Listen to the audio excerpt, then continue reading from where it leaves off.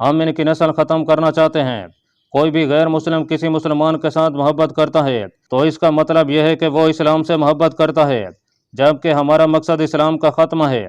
کرک میں، یروشلم میں، عکا اور حدیثہ میں جہاں بھی صلیب کی حکمرانی ہے، مسلمانوں کو اس قدر پریشان کرو کہ وہ مر جائیں یا وہ صلیب کے آگے گھٹنے ٹیک دیں۔ مسلمانوں کے ساتھ جو کچھ ہو رہا ہے وہ صلاح الدین ایوبی کو باقاعدہ معلوم ہوتا جا رہا ہے۔ ہرمن نے کہا، آپ اسے اکسا رہے ہیں کہ وہ کرک پر جلدی حملہ کرے۔ آپ یہ بھول رہے ہیں کہ ہماری فوج فوری حملے کے آگے ٹھہرنے کے قابل نہیں۔ اس کا حل یہ نہیں کہ ہم مسلمان باشندوں کو سر پر بٹھا لیں۔ فلیپا گسٹس نے کہا، آپ لوگ مسلمان جنگی قیدیوں کو ابھی تک پال رہے ہیں، انہیں قتل کیوں نہیں کر دیتے؟ اس لیے کہ ایوبی ہمارے قیدیوں کو قتل کر دے گا۔ گیا فلوزینان نے جواب دیا، ہمارے پاس مسلمانوں کے کل 361 جنگی قیدی ہیں، مسلمانوں کے پاس ہمارے 1275 قیدی ہیں۔ کیا ہم ایک مسلمان کو مرنے کے لیے 4 صلیبی نہیں مروا سکتے؟ اگسٹس نے کہا، ہمارے وہ قیدی جو صلاح الدین ایوبی کے پاس ہیں بزدل تھے، وہ لڑنے کی بجائے قید ہوئے، وہ زندہ رہنا چاہتے تھے، وہ مسلمانوں کے ہاتھوں مر جائیں تو اچھا ہے۔ تم اطمینان سے مسلمان قیدیوں کو ختم کر دو۔ کیا مسلمان باشندوں کے ساتھ درندوں جیسا سلوک کر کے اور مسلمان جنگی قیدیوں کو قتل کر کے تم صلاح الدین ایوبی کو شکست دو گے؟ سالار کے عہدے کے ایک صلیبی نے کہا، اس وقت ہمارے سامنے یہ مسئلہ ہے کہ صلاح الدین ایوبی اگر پیش قدمی کر آیا تو اسے کس طرح روکیں گے اور اس سے شعبہ کا قلعہ واپس کس طرح لیا جا سکتا ہے؟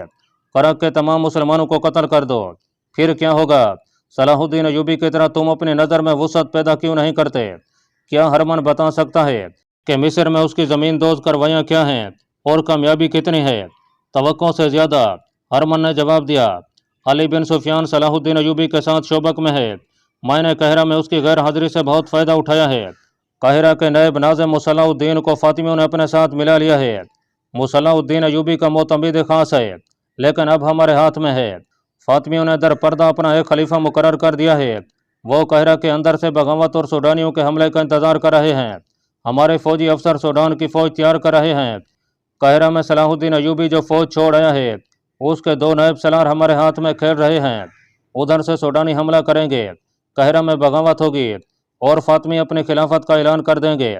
مجھے 100% امید ہے کہ قاہرہ میں جو اس کی فوج ہے وہ اس کے کام نہیں آ سکے گی۔ ہرمن نے کہا، میرے آدمیوں نے فوج میں اس قسم کے شکوک پیدا کر دیے ہیں کہ انہیں قاہرہ میں پیچھے چھوڑ کر مال غنیمت سے محروم کر دیا گیا ہے، اور یہ بھی کہ شوبک کی سینکڑیوں عیسائی لڑکیاں صلاح الدین ایوبی کے ہاتھ آئی ہیں جو اس نے وہاں کی فوج کے حوالے کر دی ہیں۔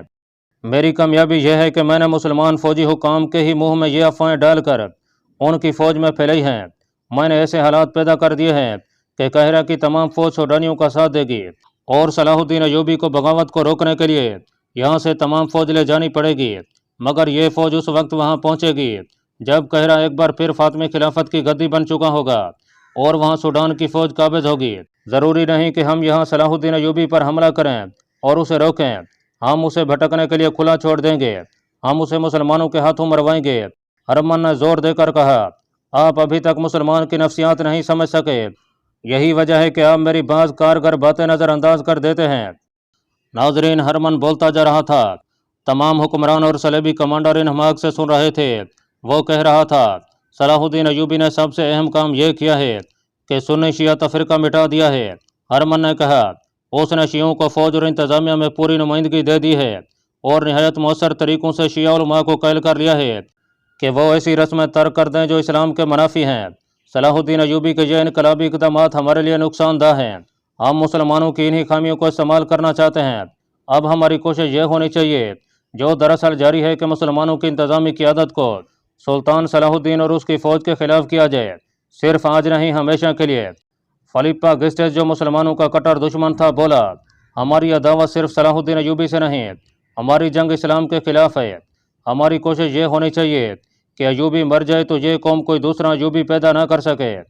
اس قوم کو عقیدوں، غلط اور بے بنیاد عقیدوں کے ہتھیاروں سے مارو، ان میں بادشاہ بنانے کا جنون طاری کر دو، انہیں عیاش بنا دو اور ایسی روایات پیدا کر دو کہ یہ لوگ خلافت کی گدی پر آپس میں لڑتے رہیں، پھر اس خلافت کو اس کی فوج پر سوار کر دو۔